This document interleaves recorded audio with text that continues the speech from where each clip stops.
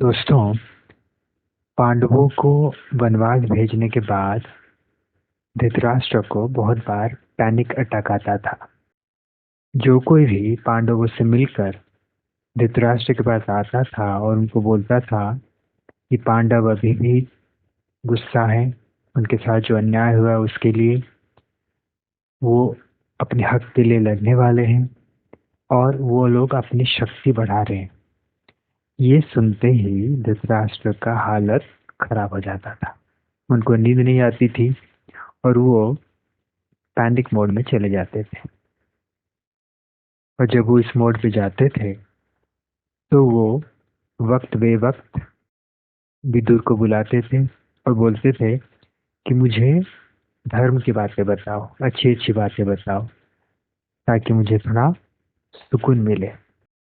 इसी तरह से एक बार विदुर ने धृतराष्ट्र को एक बात बोला। उस बात का इशारा उनके तरफ ही था। तो उन्होंने कहा कि भगवान जो प्राणियों की रक्षा करते हैं वो आके उस प्राणी की पहरेदारी नहीं करते, वो उस प्राणी को सद्बुद्धि देते हैं, जिसके द्वारा वो कोई भी मुश्किल परिस्थिति हो, कठिन परिस्थिति हो, उससे वो निकल पाता है और उसी को ही तो रक्षा कहते हैं।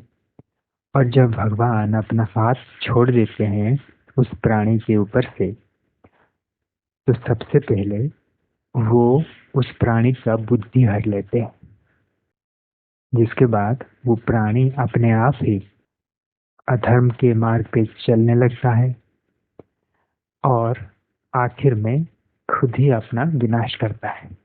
और कभी कभी धृतराष्ट्र की प्रश्नों का उत्तर विदुर को देना उचित नहीं लगता, तो उस समय वो फिर सनत सुजात जी की स्मरण करते हैं, जो बहुत बड़े ज्ञानी ऋषि थे, और उनके स्मरण करते ही वो वहां पे तुरंत प्रकट हो जाते हैं।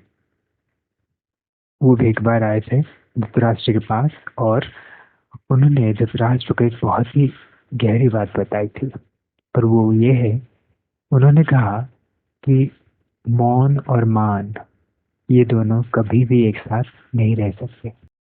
मौन का अर्थ हम जानते हैं, मान का अर्थ भी जानते हैं, मान सम्मान वाला मान।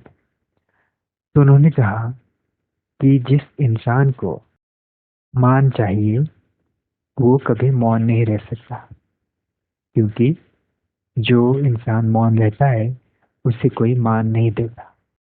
मान की वजह से जो सुख मिलता है वो इसी जीवन में ही मिलता है, लेकिन मौन रहने की वजह से जो सुख मिलता है वो परलोक में मिलता है। अगर हम थोड़ा शांत होकर इस बात को सोचें तो इसमें कितना गहराई है वो हम समझ सकते हैं।